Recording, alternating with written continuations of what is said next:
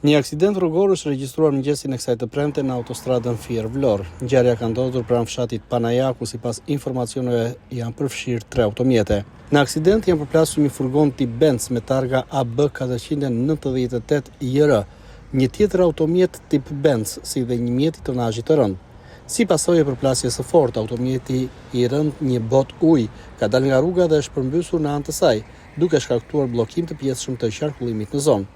Me njëherë pas sinjalizimit në vendngjarje kanë mbetur shërbimet e policisë dhe grupi timor, të cilët kanë nisur punën për zbardhjen e plotë të shkaqeve dhe rrethanave të aksidentit.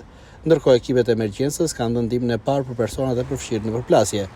Burime nga aksidenti i ndodhur bëjnë me dije se një person ka mbetur i dëmtuar dhe është transportuar drejt spitalit për të marrë ndihmë mjekësore, i cili ishte drejtuesi i automjetit të tonazhit të rënd, ndërsa fatmirësisht nuk raportohet për viktima.